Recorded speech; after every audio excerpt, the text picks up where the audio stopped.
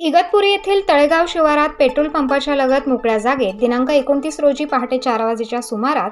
महामार्गावरून जाणाऱ्या गॅस टँकरच्या चालकाच्या संगनमताने सुमारे 35 कमर्शियल सिलेंडरमध्ये रबरी नळी व नोझलच्या सहाय्याने अवैधपणे गॅस भरला जात असताना पेट्रोलिंग पोलीस गस्त वाहन पथकाने पकडून संबंधितांवर कारवाई करत सुमारे 5 लाख रुपये किमतीचा मुद्देमाल हस्तगत केला।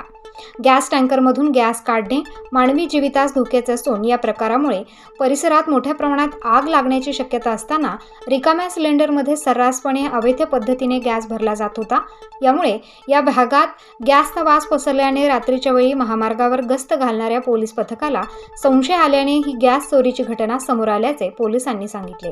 घटनेतील फिर्यादी पोलीस कर्मचारी विजय रुद्रे यांच्या फिर्यादीनुसार तपास केला असता घटनेतील संशयित आरोपी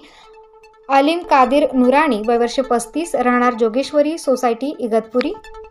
सोनार राम रखराम माजू वय वर्ष 30 राहणार जोगेश्वरी सोसायटी इगतपुरी यासह 35 कमर्शियल गॅस सिलेंडर सह महिंद्रा कंपनीची पांढऱ्या रंगाची पिकअप वाहन, हिरो डिलक्स कंपनीची मोटरसायकल, प्लास्टिक नळी, 20 फूट लांबीच्या 5 तुकडे, ओप्पो, विवो कंपनीचे 2 मोबाईल असा एकूण 5 लाख रुपये किमतीचा मुद्देमाल पोलिसांनी हस्तगत करून 2 आरोपींना जेरबंद करण्यात इगतपुरी पोलिसांना यश आले आहे। या घटनेचा तपास पोलीस निरीक्षक राहुल तसरे यांच्या मार्गदर्शनात पोलीस उपनिरीक्षक SK शिंदे सह पथक करत आहे। प्रतिनिधी मोहसिन पठाण, स्टार न्यूज, नाशिक।